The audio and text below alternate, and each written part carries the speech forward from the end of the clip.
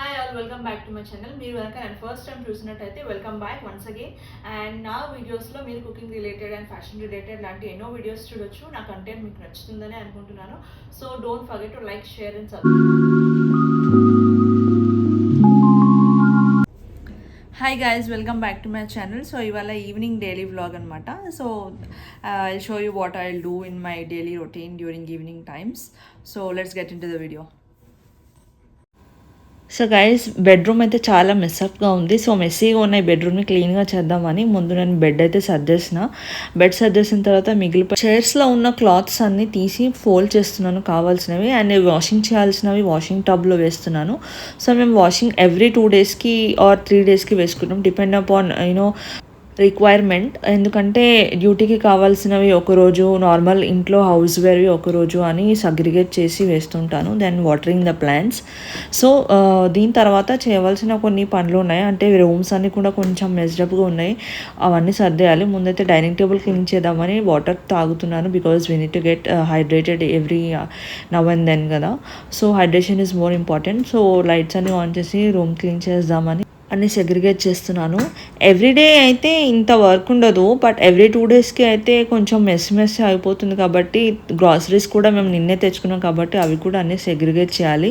So stock వచ్చిన తర్వాత అన్ని పనులు ఒకేసారి చేయొచ్చు అని పెట్టుకుంటాను. బట్ కొందరు అయితే ఎప్పటి పని అప్పుడే చేసుకోవాలని సజెస్ట్ చేస్తుంటారు, so that we don't get tired.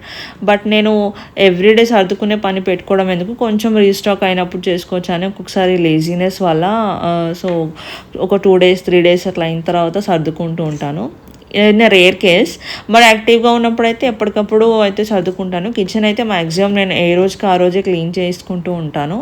And made కూడా వచ్చి తన పని తను చేసుకుంటుంది. సో నేను అన్ని డైనింగ్ టేబుల్ పైన స్టాక్ పెట్టినవి అన్నీ సర్దేస్తున్నాను. అండ్ కొన్ని గ్రాసరీ ఐటమ్స్ కూడా పెట్టుకున్నాము, అవి కూడా తీసేయాలి, because that is not the place for it. So dining table కూడా క్లీన్ చేసి ఫ్రూట్స్ అన్నీ కూడా ఒక సైడ్కి పెట్టేసి నెక్స్ట్ అయితే బెడ్రూమ్స్ అన్నీ సర్దేసినాం కాబట్టి నెక్స్ట్ కిచెన్లోకి వెళ్ళాలి. బికాజ్ లంచ్ చేసిన తర్వాత కొన్ని యూటెన్సిల్స్ ఉండిపోయినాయి, అవి వాషింగ్కి చేయాలంటే నేను ముందు usually left over rice and left over curries లాంటివి అసలు ఉండవు, బికాజ్ మేము ఉండేది ఇద్దరమే కాబట్టి ఎప్పటికప్పుడు కంప్లీట్ అయిపోతుంది. నా రేర్ కేసు ఎప్పుడైనా తినాలనిపించకపోవడం అండ్ హెల్త్ ఇష్యూస్ ఉన్నప్పుడు ప్రాపర్గా తినాం కాబట్టి రేర్ కేసులో ఫుడ్ మిగలడం అనేది జరుగుతుంది.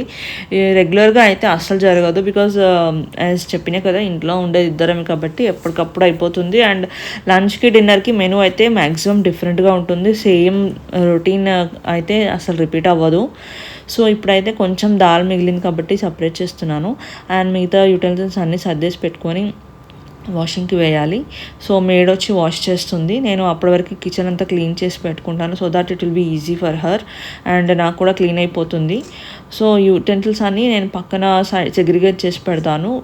కిచెన్ ఎక్స్టెండెడ్ కిచెన్ ఉంది, సో స్టవ్ అయితే క్లీన్ చేసుకుంటాను. మార్నింగే స్టవ్ క్లీన్ అయిపోతుంది, బట్ ఈవినింగ్ డ్యూరింగ్ మళ్ళీ డిన్నర్ ప్రిపేర్ చేయాలి కాబట్టి ఒక వెట్ టిష్యూతో జెంటల్గా క్లీన్ చేస్తాను. మార్నింగ్ టైంలో అయితే డీప్ క్లీన్ అవుతుంది. సో నార్మల్గా ఒక వెట్ టిష్యూతో క్లీన్ చేసుకొని ఆ ప్లాట్ఫామ్ కూడా అంతా క్లీన్ చేసుకొని సో దట్ అది డిన్నర్కి రెడీగా కొంచెం క్లీన్గా కనిపిస్తుంది. This is the daily routine, evening routine which I do. And mostly అయితే ఇంత స్టవ్ అనేది ఆయిల్ అనేది ఆ రోజు అవ్వదు, బికాజ్ ఎప్పుడైనా తాలింపు వేసినప్పుడు జనరల్గా అయితే తాలింపు వేసినప్పుడే ఆయిల్ కొంచెం స్పిల్ అవుతుంది, బికాజ్ వీనో ఆ ట్యాంపరింగ్ అనేది హీట్ వల్ల ఆయిల్ అనేది స్పిల్ అవుతూ ఉంటుంది ట్యాంపరింగ్ చేస్తున్నప్పుడు. సో అందువల్ల ఎక్కువ పని ఉంటుంది. బట్ యూజువల్ వెజిటేబుల్ కర్రీ చేసిన వేరే వంట చేసినప్పుడు ఎక్కువ స్టవ్ అయితే అంత మెస్సీగా అవ్వదు, డర్టీగా అవ్వదు. తాలింపు వేసినప్పుడే ఇట్లా అవుతుంది, యూజువల్లీ అందరికి అవుతుంది కదా. Then again I have some water. Then ఇప్పుడైతే సోఫా క్లీన్ చేయాలి, అవి క్లీన్ చేసిన I didn't get to shoot it. So evening అయింది కాబట్టి ఫ్రూట్స్ తీసుకుంటున్నాను. అన్ని ఫ్రూట్స్ అన్ని సెగ్రిగేట్ చేసి కొంచెం పనులు అయిపోయినాయి కాబట్టి I was feeling little hungry. So fruits complete చేసిన తర్వాత నేను కొంచెం పని ఉంది, ఆ వర్క్ కూడా కంప్లీట్ చేసుకొని నెక్స్ట్ డేకి ఇడ్లీ బ్యాటర్ ప్రిపేర్ చేయాలి. సో ఇడ్లీ బ్యాటర్ ప్రిపేర్ చేయడానికి కావాల్సిన పప్పు అండ్ రవ్వని నానబెట్టి నేను ఫ్రిడ్జ్లోనే పెట్టిన, సో దట్ బయట రూమ్ టెంపరేచర్కి కొంచెం ఫర్మెంట్ అవుతుంది కదా, టేస్ట్ అంత బాగోదేమో అని నేను ఫ్రిడ్జ్లోనే పెడతాను యూజువలీ. సో ఇప్పుడు అవన్నీ గ్రైండ్ చేసి పెట్టుకోవాలి. ప్రపోర్షన్స్ అవన్నీ మీకు అన్నీ తెలిసే ఉంటుంది, సో దట్ ఒకవేళ మీకు ప్రపోర్షన్స్ కావాలంటే let me know in the comment section, I will do another video for it.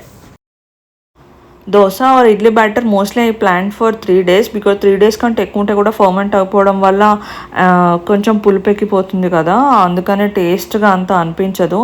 So అందుకని 3 days వచ్చేలాగా నేను మెజర్మెంట్స్ పర్ఫెక్ట్గా చూసి గ్రైండ్ చేసి పెట్టుకుంటాను. అండ్ నేను గ్రైండర్ యూస్ చేయట్లేదు బికాజ్ ఇద్దరి కోసం గ్రైండర్ స్పేస్ ఆక్యుపై అవుతుందని నాకు మిక్సీ గ్రైండరే చాలా కంఫర్ట్ ఉంది ప్రస్తుతానికి.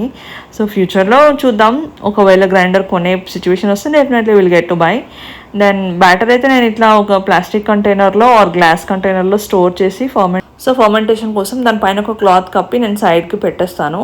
ఎర్లీ మార్నింగ్ తీసుకొచ్చి మళ్ళీ ఫ్రిడ్జ్లో పెడతాను సో దట్ కొంచెం చిల్ అవుతుంది కదా.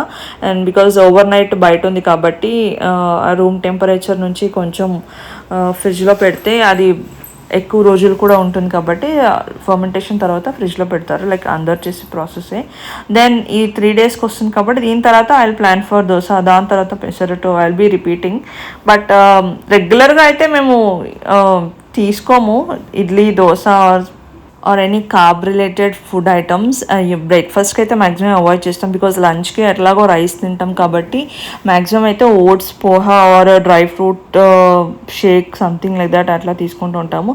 సో కొంచెం బ్రేక్ వచ్చినప్పుడు we have to give a break, right? ఒకే రొటీన్ని కంటిన్యూ చేయొద్దు కాబట్టి ఆ బ్రేక్ కోసం మధ్యలో ఇడ్లీ, దాని తర్వాత రెగ్యులర్గా ఓట్స్ తీసుకోవడం, మళ్ళీ ఇంకొక బ్రేక్ తీసుకోవడానికి దోశ అట్లా చేస్తుంటాను.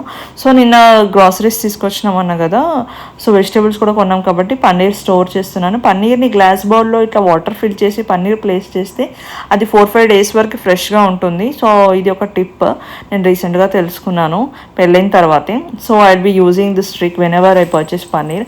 సో డిన్నర్కి అయితే యూజువలీ రోటీ తింటాం కాబట్టి ఇవాళ ఎందుకో పులిహోర చేద్దామని డిసైడ్ అయిపోయినా because I have 2 many lemons in the refrigerator. అవి కంప్లీట్ చేయాలంటే పులిహోర తినాలనిపించింది నాకు కూడా, అండ్ అవి కూడా కంప్లీట్ చేసినట్టు అవుతుందని. So I'm using only 2 lemons.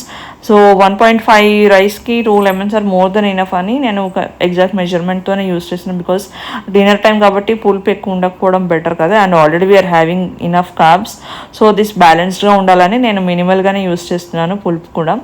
So సింపుల్గానే చేస్తున్నాను, నాట్ టెంపుల్ స్టైల్ బికాజ్ ప్రసాదం కోసం చేసే ప్రాసెస్ వేరు కాబట్టి నేను ఎక్కువ అంటే టైం టేకింగ్ ప్రాసెస్ ఏం చేయట్లేదు చింతపండుతో.